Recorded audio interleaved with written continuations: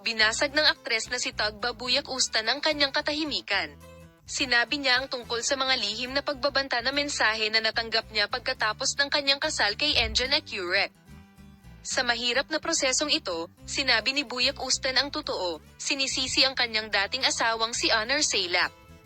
Ang insidente ay nagdulot ng malaking epekto sa mundo ng magazine. Binasag ng sikat na aktres na si Tagba Buyak-Ustan ang kanyang katahimikan tungkol sa isang isyu na nasa agenda kamakailan. Nagdulot ito ng malaking epekto mula sa madaling mundo ng magazine. Binasag ng sikat na aktres na si Tagba Buyak-Ustan ang kanyang katahimikan tungkol sa isang isyu na nasa agenda kamakailan. Nakakabigla niyang pahayag. Sinabi niya na ang kanyang dating asawang si Honor Sailak ay maaaring ang pinagmulan ng mga banta na mensahe na natanggap niya pagkatapos ng kanyang kasal kay Enjan Accurate. Nagulat si Tuba Buyak-Ustan sa mundo ng magazine sa pamamagitan ng pagsisiwalat ng katotohanan sa mahirap na prosesong ito. Sa simula ng panayam, si Tagba Buyak-Ustan, na hindi nag-atubiling magbigay ng limitadong pamilya sa kanyang relasyon kay Enjan Accurate, ay nagsabi ng sumusunod. Nagsimula ang aming relasyon sa matinding pagmamahalan at naging masaya ang panahon ng aming pagsasama. Ang mga salitang natanggap ko pagkatapos ng aming kasal ay lubhang nakaapekto sa akin. Sa pagsasabi na ang mga banta ay nakadirekta sa kanyang sarili at sa kanyang pamilya, sinabi ni Tagba na ang sitwasyong ito ay nagpahirap sa kanyang psikolohikal.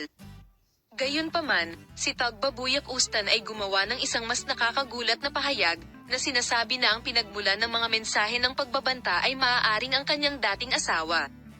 Napakalungkot kung isipin na si Honor Sailak ang nasa likod ng mga banta na ito. Gayunpaman, imposibleng hindi asahan ang gayong pag-uugali pagkatapos ng problemang proseso ng bulalas na aming naranasan. Sinabi ni Tuba Buyak-Ustan na ang kanyang relasyon sa kanyang dating asawa ay labis na tense. Naniniwala daw siya na kaya niyang gawin ang ganoong bagay.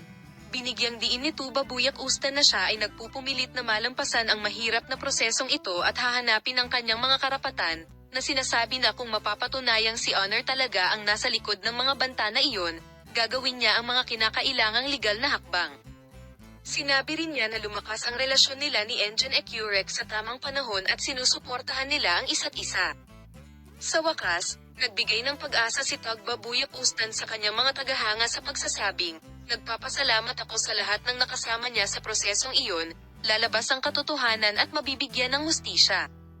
Ang nakakagulat na mga pahayag ni Tagba Buyak-Ustan ay nagdulot ng malaking kaguluhan sa mundo ng magazine.